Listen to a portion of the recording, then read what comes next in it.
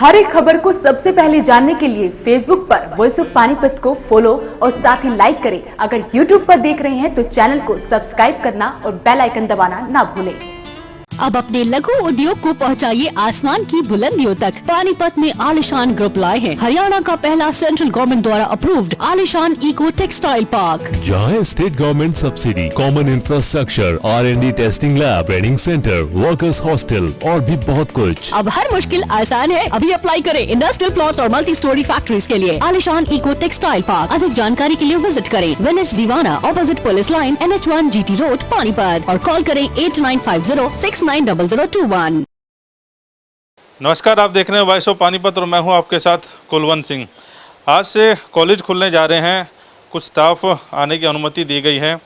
किस तरह की तैयारियां हैं, क्या आगे होने वाला है, इस बात को लेकर और साथ ही जो शिक्षा नीति में बदलाव हुआ है इसको लेकर मेरे साथ दो शिक्षाविद हैं, उनसे बातचीत करते हैं। आर्य कॉलेज से प्रिंसिपल जगदीश गुप्ता जी मेरे साथ रहेंगे और पाइट कॉलेज से वाइस प्रेसिडेंट राकेश तायल जी हमारे साथ रहेंगे। आज हमारे स्टूडियो में पहुंचे थे, तो इन्हीं से बातचीत करते हैं कि क्या और कब कैसे क्या होगा। Sir welcome. धन्यवाद कुलवंत जी। सर, कॉलेज खुलने जा रहे हैं, क्या तैयारियां हैं? वैसे तो कॉलेज ऑलमोस्ट खुले ही हुए थे अंदर खाते, लेकिन ऑफिशियली अब खुल गए। देखिए, पिछले लगभग 4 महीने से कोविड-19 की वजह से जो कॉलेज के अंदर रेगुलर जो क्लासरूम टीचिंग की जो प्रक्रिया थी वो बंद थी। हरियाणा सरकार के निर्देशानुसार आज से 4 अगस्त से teaching and non teaching staff campus में आया है। पूरे कैंपस को हमने सैनिटाइज कराया है और जो भी सोशल डिस्टेंसिंग के नॉर्म्स हैं उनका पालन करते हुए अगले सत्र को शुरू करने की तैयारी जो है वो की जा रही है। उम्मीद है कि अगले 1-2 दिनों में जो हमारा पोर्टल है हरियाणा गवर्नमेंट का वो लाइव हो जाएगा, बच्चे ऑनलाइन अप्लाई कर सकेंगे और कुरुक्षेत्र यूनिवर्सिटी की जो गाइडलाइंस आई हैं उसके अकॉर्डिंग 19 अगस्त से लगभग 10 सितंबर तक के लिए एडमिशन शेड्यूल उन्होंने जारी किया है। तो नए एडमिशन्स होंगे। कुछ क्लासेस अभी तक जो निर्देश है वो 70% क्लासेस ऑनलाइन की जाएंगी और उसके बाद कुछ क्लासेस कैंपस में सिचुएशन को एनालाइज करने के बाद जो है जो प्रैक्टिकल सब्जेक्ट्स की खासकर जो क्लासेस हैं वो उम्मीद है कि कॉलेज के अंदर चालू की जाएंगी। निश्चित तौर पर घर पर बच्चे भी परेशान हो चुके हैं, पेरेंट्स भी, हर कोई ये चाहता है कि कॉलेज जल्दी से जल्दी खुलें, स्कूल जल्दी से जल्दी खुलें, क्योंकि जो चीज़ कॉलेज कैंपस में बच्चे को मिल सकती है वो घर पर ऑनलाइन के थ्रू उतना नहीं प्रोवाइड की जा सकती। पर अपने लेवल पर हम जो प्रयास कर सकते हैं, पूरी जो गवर्नमेंट ऑफ हरियाणा की, गवर्नमेंट ऑफ इंडिया की जो भी गाइडलाइंस कोविड से रिलेटेड हैं उनका पालन करते हुए, जैसे ही सभी टीचर्स आते हैं उनकी सभी बच्चे भी जो भी आएंगे थर्मल स्कैनिंग की जाती है, सैनिटाइज करवाया जाता है। पूरे कैंपस में हम प्रयास करते हैं कि एक हाइजीनिक एनवायरनमेंट जो है बच्चों को मिले। तो उम्मीद करते हैं कि बहुत अच्छा रहेगा सत्र की शुरुआत जो है और बहुत जल्द एक सामान्य प्रक्रिया हमारी एडमिशन की शुरू हो जाएगी। साहब, जैसे सरकार ने कहा है कि 70% जो ऑनलाइन है, कितना का फायदा? जैसे कुछ स्कूलों की एक बात जो समझ में आई थी सामने कि जितना भी ऑनलाइन हो लेकिन बच्चों को समझ में नहीं आ पा रही थी वो चीज़ जो क्लासरूम में समझ आती है। आगे आने वाले समय में भी क्या ऑनलाइन का सिस्टम हमारे देश में ऐसा हो जाएगा? जैसे बाहर तो सारा ऑनलाइन सिस्टम ही है, तो कॉलेज में कितना फ़ायदा होगा इस चीज़ में? देखिए, आपके पास मैं पहले भी आपके माध्यम से भी मैंने ये चीज़ों के बारे में डिटेल में चर्चा की है कि जो आने वाले जो नई शिक्षा, जो न्यू गाइडलाइंस हैं या एजुकेशन 4.0 के बारे में बात करें, क्योंकि ये सारी चीज़ें आपस में मिली हुई हैं और उनका सबसे जो इम्पोर्टेंट जो करैक्टरिस्टिक्स है वो ब्लेंडेड एजुकेशन है। जो आपकी एक फॉर्मल एजुकेशन जो आप फिज़िकल स्कूल में या कॉलेज में जाके एजुकेशन लेते हैं और एक जो आप ऑनलाइन लेते हैं, वर्चुअल प्लेटफॉर्म्स पे लेते हैं, इन दोनों का मिक्सचर है। सो उसका एक राइट मिक्स जो है वो होना चाहिए। इससे पहले हम सिर्फ स्कूल्स में जाते थे, एक फॉर्मल एजुकेशन सिस्टम को ही लेते थे और आज के दिन में सिर्फ हम वर्चुअल प्लेटफॉर्म पे हैं, तो हम फॉर्मल एजुकेशन सिस्टम्स को नहीं इस्तेमाल कर पा रहे हैं। तो मेरा मानना है कि पहले हम सिर्फ राइट हैंड यूज़ कर रहे थे, अब हम लेफ़्ट हैंड यूज़ कर रहे हैं। तो अब जब दोनों चीज़ें इकट्ठी चलेंगी तो डेफिनेटली आपके पास बहुत सारी ऐसे चीज़ें निकल के आएंगी और एजुकेशन एक बहुत अच्छे स्केल पे जाएगा। क्योंकि जो इस टाइम के अंदर एजुकेशन के अंदर बहुत सारी रिसर्च हुई हैं, बहुत सारे लोगों ने आपस में मिल के बहुत सारे वेबिनार्स हुए हैं, जिसके अंदर आप इंटरनेशनल फैकल्टी मेंबर्स इकट्ठे बैठ के सोच रहे हैं कि हमें किस तरह से एजुकेशन पॉलिसीज़ में और क्या क्या बदलाव लाने चाहिए। तो कुछ चीज़ें होती हैं जो सिर्फ बुक्स में होती हैं, जो सिर्फ पॉलिसीज़ में आती हैं, और कुछ चीज़ें होती हैं जो इम्प्लीमेंट की जाती हैं। तो इस दौरान में ऐसा नहीं है कि एजुकेशन इंस्टीट्यूशंस खाली बैठे थे या टीचर्स खाली बैठी थी। वो हर अपना जो टीचर हैं वो अपने सिस्टम के अंदर अपने और रिसर्च कर रहे थे और चीज़ों के अंदर ज़्यादा जानने की इच्छुक थे सबने कुछ ना कुछ नया सीखा है जो बच्चों से शेयर करेंगे। और बच्चे भी खाली नहीं बैठे हैं। हमारे पास जो एजुकेशन का मतलब है एक लर्निंग। आप लर्निंग कैसे लेते हैं? अगर हम इंडिपेंडेंट लर्निंग को सिस्टम को बढ़ावा देते हैं तो डेफिनेटली जो ये ऑनलाइन प्लेटफॉर्म्स का जो सिस्टम हुआ है, इससे बच्चों को इंडिपेंडेंट लर्निंग का एक बहुत कॉन्सेप्ट सामने आया है। और ये इन चीज़ों के आपके बहुत अच्छे इफ़ेक्ट्स आएंगे आने वाले टाइम में। अभी ये लगता है कि बच्चे लेथार्जिक हो गए हैं, घर पे बाहर नहीं निकलते हैं, पर लेकिन वो एक प्रॉब्लम है, कंस्ट्रेंट है। पर उस कंस्ट्रेंट के अंदर भी बहुत से बच्चों ने बहुत अच्छे काम किया है, बहुत अच्छे प्रोजेक्ट्स बनाए हैं और बहुत अच्छा काम कर रहे हैं। तो हमको गिवन कंस्ट्रेंट्स और लिमिटेशंस के अंदर जो काम हुआ है, आई वुड फर्स्ट मैं जितने भी हमारे टीचर्स हैं या जितने भी कहीं के भी टीचर्स हों, चाहे किसी भी स्कूल के हों, कॉलेजेस के हों, they have taken it as a challenge.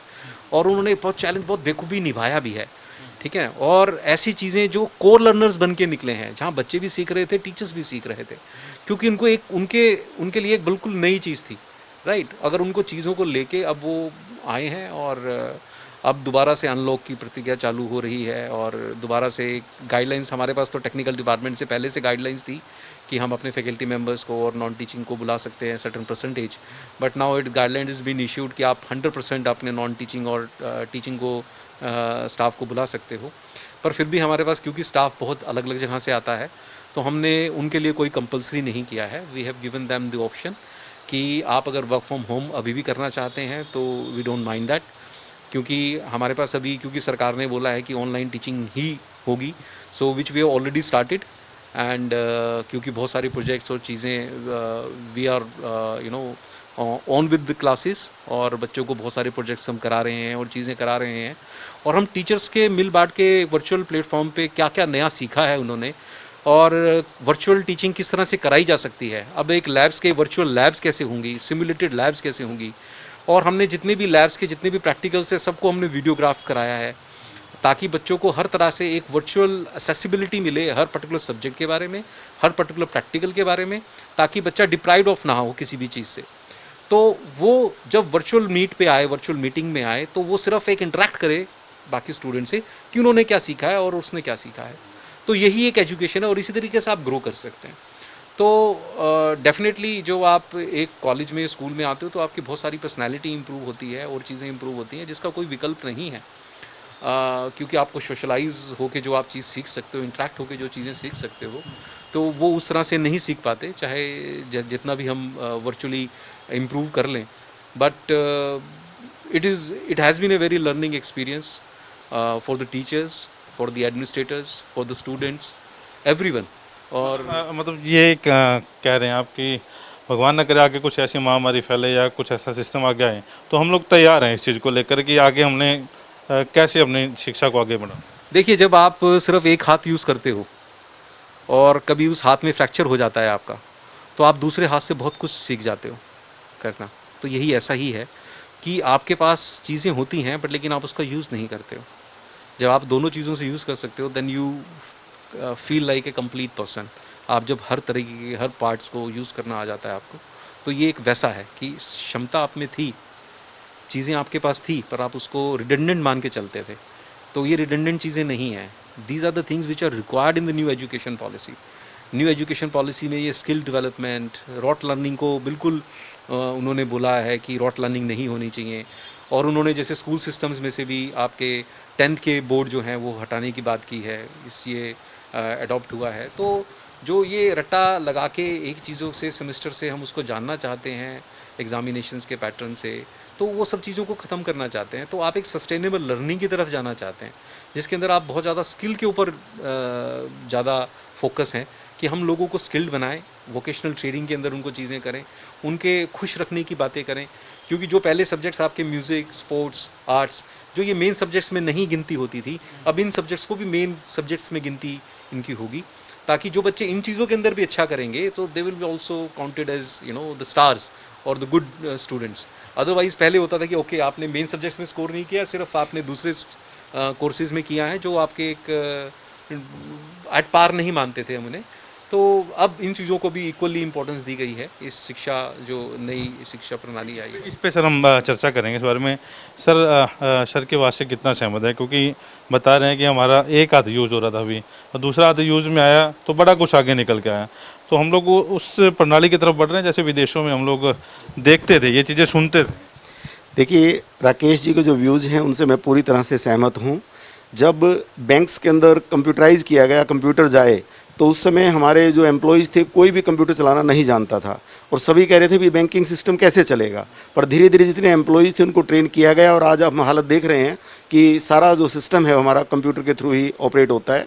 तो ऐसा नहीं है, एजुकेशन सिस्टम के अंदर ये ऑनलाइन सिस्टम हमारे इंडिया में जो है कुछ इंस्टीट्यूशंस में कम था। जो प्राइवेट इंस्टीट्यूशंस, प्राइवेट यूनिवर्सिटीज़ उसको पहले भी जो है यूज़ कर रही थी।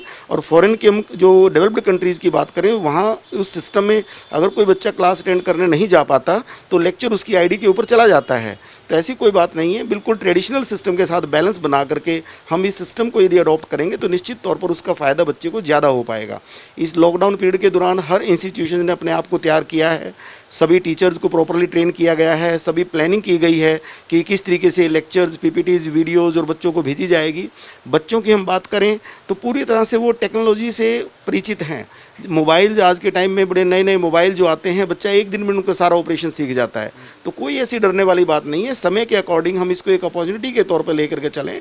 बच्चे को प्रॉपर तरीके से जब इंस्टीट्यूशन सभी सिलेबस को करवाएंगे, प्रॉपर डेमो, वर्चुअल लैब्स के थ्रू उनको प्रॉपरली जब हम जो है उनको टीच करेंगे तो निश्चित तौर पर चाहे कोई भी परिस्थिति क्यों ना हो, एक अच्छा कंटेंट और अच्छी एजुकेशन बच्चे को हम प्रोवाइड कर पाएंगे।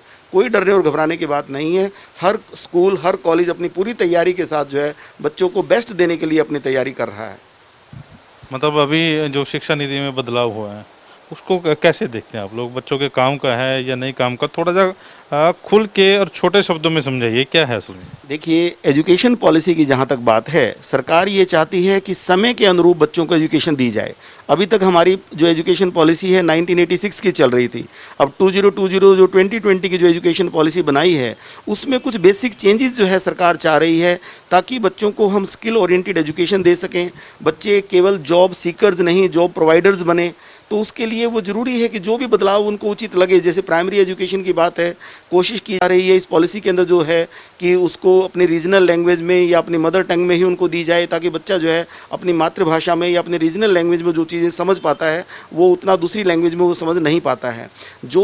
जो करिकुलम डिज़ाइन किया जाएगा इस तरीके से डिज़ाइन किया, इसमें समय थोड़ा ज़रूर लगेगा। जहाँ तक मैं समझता हूँ कि अगले 1 या 2 साल के अंदर अभी जो एक्सपर्ट्स हैं इस फील्ड के उनसे सारे राय लेकर के जो इसकी इम्प्लीमेंटेशन में जो प्रॉब्लम्स हैं उनको एनालाइज करके जो सारी चीज़ें हैं वो ठीक की जाएंगी। पर गवर्नमेंट का ध्येय इसके पीछे यही है कि सिस्टम ऐसा बनाया जाए जिसके अंदर मल्टीपल एंट्री और एग्जिट है। कई बार बीच में हम कोई कोर्स छोड़ करके, कोई घर की परेशानियों की वजह से, अपनी कुछ एंगेजमेंट्स की वजह से कई बार हमें ड्रॉप करना पड़ जाता है, तो उतने क्रेडिट उसके ऑलरेडी जो है जितने वो अटेन कर चुका है तो निश्चित तौर पर उसके पास रहेंगे और जब चाहे वो अपनी एजुकेशन को कंटिन्यू कर सकता है। सब्जेक्ट्स की बात है, केवल साइंस का जो विद्यार्थी है केवल साइंस के सब्जेक्ट से नहीं, यदि वो कोई चाहता है कि मैं ह्यूमैनिटीज़ के कुछ सब्जेक्ट भी पढूं, साइकोलॉजी पढ़ना चाहता है या हिस्ट्री पढ़ना चाहता है तो वो भी ले सकता है। तो इस प्रकार की जो ऑप्शंस दी जा रही हैं, जो क्रेडिट सिस्टम की बात की जा रही है, तो निश्चित तौर पर ये आज समय की मांग है और सरकार चाहती है कि जो रिक्वायरमेंट है उसके अकॉर्डिंग जो है बच्चों की एजुकेशन पॉलिसी में चेंज किए जाएँ और वो काफ़ी अच्छा प्रयास जो है इसके अंदर सरकार ने किया है। अभी जैसे 8वीं का बोर्ड जो है लागू करने जा रही है हरियाणा सरकार। अभी शिक्षा नीति में ऐसा सुनने में है कि 10वीं का बोर्ड जो है तोड़ने जा रही है, तो वो कंट्रोवर्सी नहीं हो जाएगी? इसमें थोड़ा सा खुल के समझाएं बच्चों को, जो बच्चे देख रहे हैं। देखिए,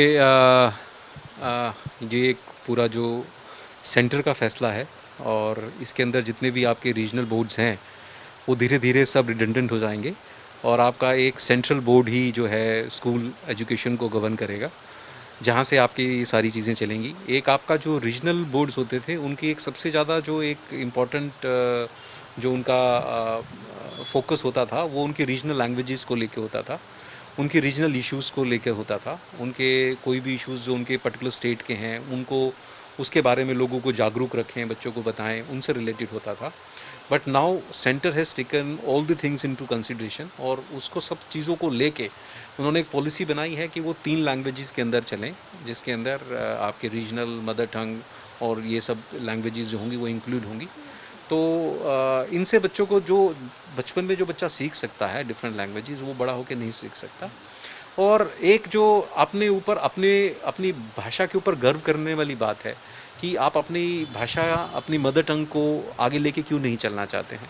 तो इस चीज़ के ऊपर भी एक हमारी एक जो नेशनल जो ये पॉलिसी है, आई वुड अप्रिशिएट इट कि गवर्नमेंट ने एक अच्छा स्टेप लिया है इस चीज़ को लेके, क्योंकि ये सिर्फ एक चीज़ ऐसी नहीं होनी चाहिए कि आप किसी को कॉपी करते करते आप अपनी संस्कृति, अपनी भाषा भूल जाएं, राइट। अगर आपको किसी व्यवसाय में, किसी बिजनेस के अंदर अगर आगे आना है, डेफिनेटली आपको कुछ न कुछ दूसरी भाषा में भी सीखना पड़ेगा, पर लेकिन उसके बली आपकी अपनी लैंग्वेज नहीं चढ़नी चाहिए।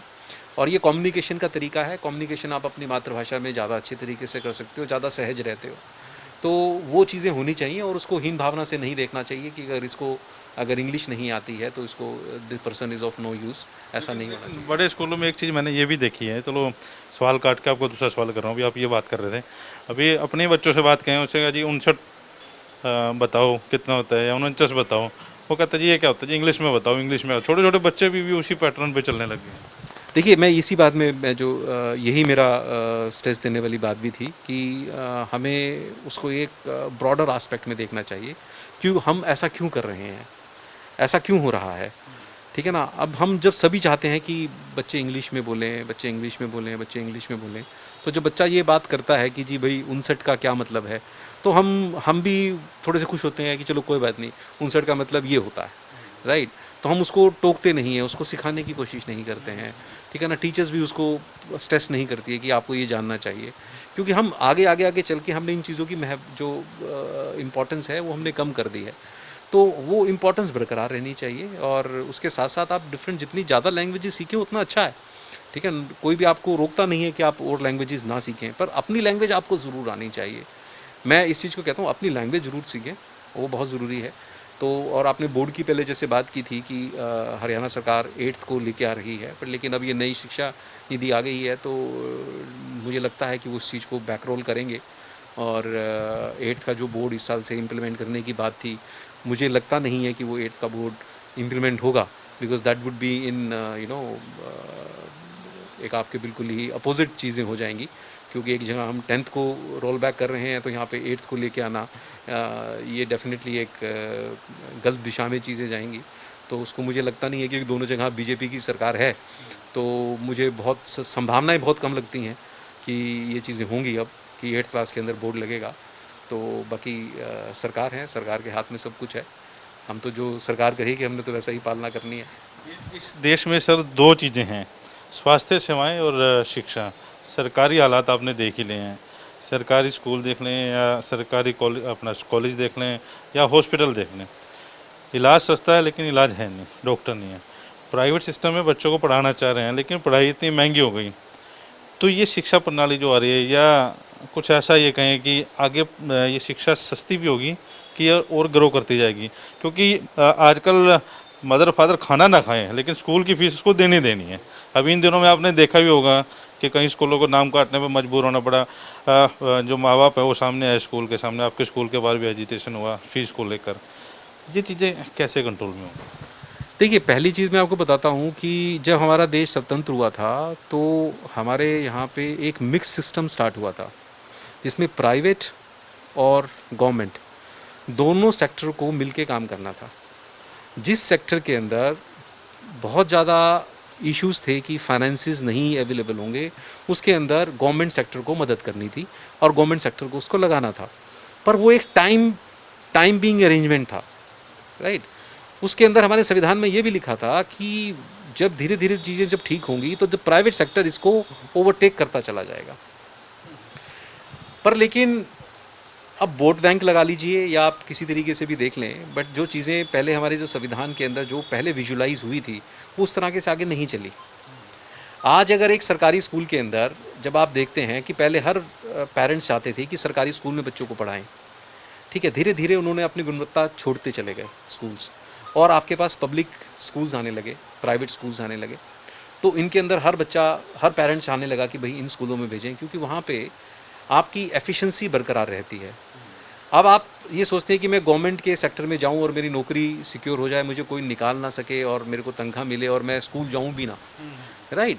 तो ये सारी चीज़ें अगर आप पर स्टूडेंट खर्चा अगर एक सरकारी स्कूल में माने, तो वहाँ पे भी 60-70 हज़ार रुपये हर बच्चे के ऊपर सरकार खर्च करती है, और उसके बाद भी एक स्कूल के अंदर, सरकारी स्कूल में पंखा तक नहीं होता, बेंच भी नहीं होता, पानी पीने के लिए नहीं होता, टॉयलेट जाने के लिए वॉशरूम्स नहीं होते, तो ये पैसा कहाँ जाता है? तो कोई सरकार भी नहीं चाह रही है कि हम इस सिस्टम से निकलें और बाहर जाएं। हम एक एफिशिएंट सिस्टम को क्यों नहीं लेके आते? आज हमारे पास अगर हम प्राइवेट पब्लिक स्कूल्स देखें तो आपको 2,000 रुपये पर मंथ की फीस के अंदर आपको एक रीजनेबल स्कूल के अंदर एडमिशन्स मिल सकता है, जहाँ पे ये सारी बेसिक फैसिलिटीज़ आपको देखने को मिलेंगी, राइट। बट ये सरकारी स्कूल में क्यों नहीं मिल पाती? क्योंकि अब हर जगह पे कोई ना कोई करप्शन है, राइट। अगर आज आप बात करें कि दिल्ली केजरीवाल सरकार ने ये सब चीज़ें की हैं, एक स्कूल्स के अंदर एक एम्फेसिस डाला है, तो वहाँ पे ये सारी चीज़ें ठीक हुई हैं। तो ऐसा नहीं है कि वो उन्होंने उसमें ज़्यादा पैसा और कर दिया, पर लेकिन वो पैसा वहाँ से साइफन ऑफ नहीं हो रहा, राइट। तो होने को तो ये हरियाणा में भी हो सकता है और होने को ये पूरे देश में भी हो सकता है। तो हमको एजुकेशन को अगर अफोर्डेबल बनाना है और चीज़ें करनी है, तो ये जितनी भी ये सरकारी स्कूल्स हैं, आप इनको प्राइवेटाइज क्यों नहीं कर देते? आप इनको लीज पे दें, जो उसको चलाएगा तो 2-2 हज़ार रुपये पे बच्चों को अच्छे से पढ़ाएगा। तो जो 7,000 रुपये जो गवर्नमेंट खर्चा कर रही है एक स्कूल के ऊपर पर बच्चे के ऊपर, वो 2,000 में आ जाएगा, तो वो ज़्यादा बच्चों को भी पढ़ा पाएंगे। अगर हमारे सरकार की अब जो ये इसके अंदर टारगेट रखा है कि 100% इनरोलमेंट रहे बच्चों की, ठीक है, और जो अभी इनरोलमेंट आपकी 50% के करीब है, तो आप उसको 100% लेके आना चाहते हो, तो then you will be requiring double the schools. तो उसको सबसे आसान तरीका यही है, उसको करने के लिए आपको एम्प्लॉयमेंट भी जनरेशन होगा, लोग भी आएंगे, ठीक है ना, और जो ये भेड़ चाल लगी रहती है सरकारी स्कूलों के अंदर और ये सारी चीज़ें, ये भी ख़त्म हो जाएगी, राइट। आप इन चीज़ों को प्राइवेटाइज करें, ठीक है, प्राइवेटाइज करके दें आप उनको 1,000-2,000 रुपये में के अंदर आप बच्चे को आराम से पढ़ा सकते हैं। पर लेकिन जिनको एक अच्छा निश उसमें जाना है, तो definitely then they have to siphon off more money. अगर किसी को एसी फैसिलिटीज़ चाहिए हैं, किसी और कुछ चाहिए हैं, तो देन वो फैसिलिटीज़ के साथ ही आपको चीज़ें मिलेंगी। पर लेकिन अगर 5,000 रुपये 6,000 रुपये अगर आप एक हाई एंड स्कूल में नहीं दे सकते हैं, पर सरकारी स्कूल में तो आप दे रहे हैं इनडायरेक्टली, राइट। तो आपको कंपैरिजन किससे करना चाहते हैं?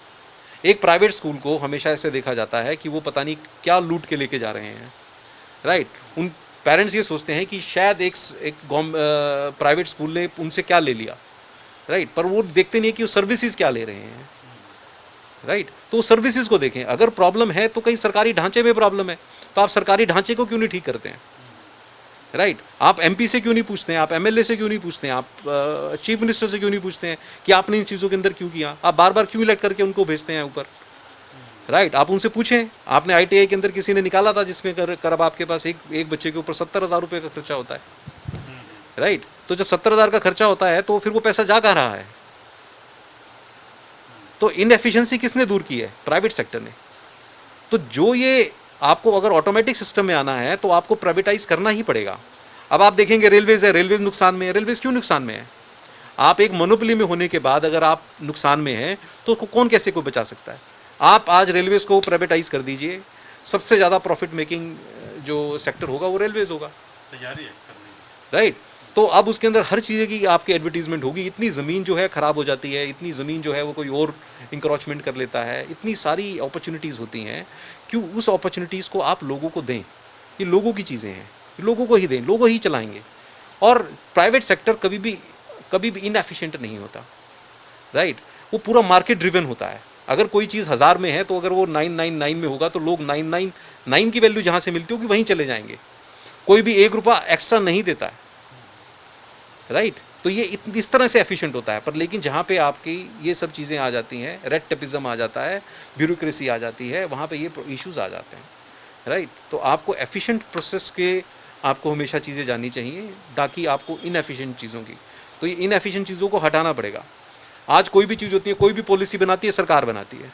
कहीं भी कोई इंस्पेक्शन में जाता है, कोई प्राइवेट सेक्टर वाले गवर्नमेंट सेक्टर के इंस्पेक्शन करने नहीं जाते। क्यों? जब दोनों को कॉन्स्टिट्यूशन ने इक्वल अधिकार दिया था, तो कोई भी जो बॉडी बनाई जाती है तो प्राइवेट वाले गवर्नमेंट की इंस्पेक्शन करने नहीं जाते।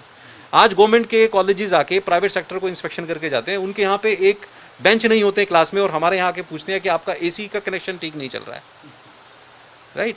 तो ये जो एक मिसमैच है, ये बहुत बड़ी विडंबना है, और ये तभी दूर होगी जब कोई ना कोई इसकी भी एक PIL सुप्रीम कोर्ट में लगाएगा और पूछेगा कि इतना मतभेद क्यों है प्राइवेट से और पब्लिक के अंदर, और जब एक प्राइवेट अच्छा कर रहा है तो ये पब्लिक क्यों है, अभी जब बीजेपी सरकार आई थी तो इसमें ये बात भी उठी थी कि जितने भी सरकारी नौकरी कर रहे हैं या जिन्होंने सरकारी नौकरी करनी है उनको 2 चीज़ें मेंशन कर दो कि उनका बच्चा सरकारी स्कूल में जाएगा और उनका इलाज भी सरकारी हॉस्पिटल में होगा, ऑटोमेटिक हालात सुधरने ठीक हो जाएंगे। तो इस बात से सहमत है? देखिए कुलवंत जी, बिल्कुल जो कहा आपने सही कहा है कि किसी भी देश को अगर आगे लेकर के जाना है तो 2 इशू जो आपने बताए हैं, एजुकेशन और हेल्थ, दोनों ही एक ऐसे सेक्टर हैं जिसके ऊपर बहुत ध्यान देने की ज़रूरत है।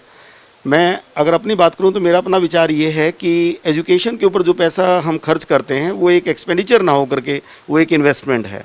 गवर्नमेंट के पास कितना अमाउंट जो है टैक्सेस के रूप में पब्लिक से कलेक्ट होता है, तो निश्चित तौर पर एक तो बजट में हमें जो एजुकेशन सेक्टर पे खर्च किया जा रहा है वो शेयर इंक्रीज़ करना चाहिए। उसको हम खर्च ना मान करके एटलीस्ट हम कोशिश करें कि 10 से 15% के बीच अगर हम अपना बजट एक्सपेंडिचर एजुकेशन के ऊपर लगा देते हैं तो निश्चित तौर पर हम शिक्षा की दिशा और दशा जो है दोनों बदल सकते हैं। दूसरा जो राकेश जी ने बात की है कि जो इम्प्लीमेंटेशन की बात है, निश्चित तौर पर कहीं ना कहीं कुछ कमियां तो हैं कि आप उसी पैसे पे जो है प्राइवेट सेक्टर रिजल्ट्स दे रहा है और गवर्नमेंट सेक्टर में वो रिजल्ट्स नहीं आ पा रहे हैं।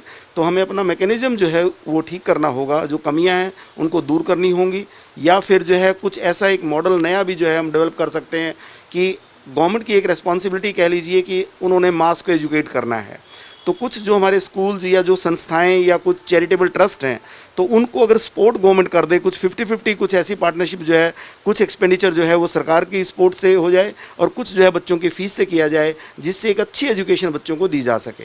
तो निश्चित तौर पर जो प्राइवेट सेक्टर है बहुत कंट्रीब्यूट कर रहा है और गवर्नमेंट के सेक्टर में इतना पैसा लगने के बाद भी वो रिजल्ट्स जो है वो नहीं आ पा रहे हैं। तो इस तरफ हमें ध्यान देना चाहिए और सरकार को इस सेक्टर में पैसा इन्वेस्ट करके और जो प्रॉपर जो सुपरविज़न है वो करना चाहिए। और ये बात भी बिल्कुल सही है कि जो अभी राकेश जी ने बात की है कि जो गवर्नमेंट कॉलेजेस हैं, चाहे वहाँ पे कोई फैसिलिटीज़ है या गवर्नमेंट स्कूल्स हैं वहाँ पे कोई फैसिलिटी हो या ना हो, पर इंस्पेक्शन करने प्राइवेट स्कूल्स के जो हैं वही जाएंगे और वहाँ पर वो कमियाँ निकालते हैं। तो निश्चित तौर पर हर एक को बराबर का अधिकार होना चाहिए और इस मैकेनिज़्म में परिवर्तन की ज़रूरत है। इंट्रो को ख़त्म करते हैं और भी लंबा हो सकता था, लेकिन एक अच्छी और बढ़िया बात दोनों ने ये ज़रूर बोली कि मतलब सरकारी सिस्टम अपना ख़त्म है और प्राइवेट में कमियां ढूंढने चले जाते हैं। होता भी ऐसा है, अभी जैसे सरकार कहते हैं कि एसी का कनेक्शन या चले जाएं तो पानी जो खिंडा हुआ है बाथरूम में वो नहीं हो रहा। अपने हालात इनके घर के ऐसे हैं कि खुद शर्मिंदा होना पड़े। शिक्षा नीति के ऊपर आप जो बार बार पूछ रहे थे वो भी समझाने की कोशिश की है, थोड़ी बहुत आप समझ सकते हैं, और प्राइवेट और सरकारी में कितना फ़र्क है ये भी आप लोगों ने समझ लिया है। तो इस इंटरव्यू को ज़्यादा से ज़्यादा वायरल जरूर करें ताकि हर बच्चे तक ये इंटरव्यू और हर माँ बाप तक ये इंटरव्यू जरूर पहुँच सकें। वॉइस ऑफ पानीपत के लिए प्रदीप पंचाल के साथ कुलवंत सिंह। 25 सालों से पानीपत शहर का सबसे भरोसेमंद showroom Balaji electronics. Balaji showroom करे आपके जीवन को और भी कंफर्टेबल। फेस्टिवल धमाका ऑफर बालाजी इलेक्ट्रॉनिक्स में 32 इंची स्मार्ट LED केवल 12,990 रुपए में। साथ ही सभी प्रोडक्ट पर आकर्षक ऑफर, 0% ब्याज और आसान किस्तों में। लैपटॉप की भरपूर वैरायटी बालाजी शोरूम में, साथ ही सभी कंपनी के मोबाइल मिले बालाजी शोरूम में। बालाजी शोरूम GT रोड के साथ साथ सलोरी रोड पर भी उपलब्ध। आज ही आइए और फेस्टिवल धमाका ऑफर का फायदा उठाइए।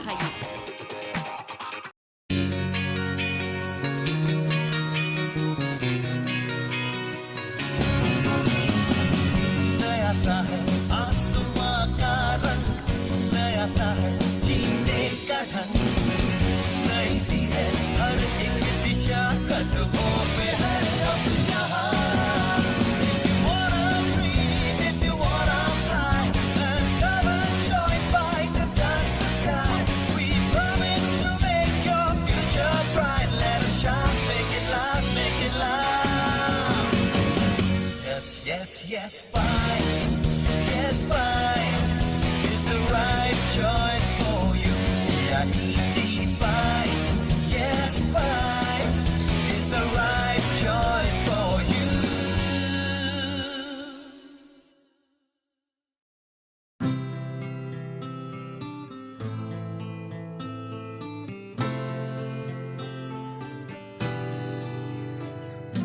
आँखों में सपने सजे हैं, उम्मीदें बनने लगी है। कदम बढ़ाकर मंजिल की ओर हम सब बढ़ने लगे हैं। GGI नई डगर सारी सोच नहीं है, तलाश अपनी खत्म यही है। और माँ है जितने भी सारे पूरे होने यही है।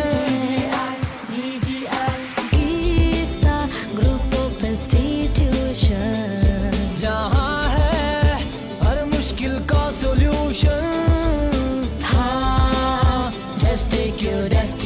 मिशन, पूरे होंगे सारे सपने, हाँ सपने, हाँ सपने, हाँ सपने, जो अपने, जो अपने, जो अपने। Intellectual study with joy and fun together. Geeta Group of Institutions, Panipat. India today and world tomorrow. पूरे होंगे सारे सपने।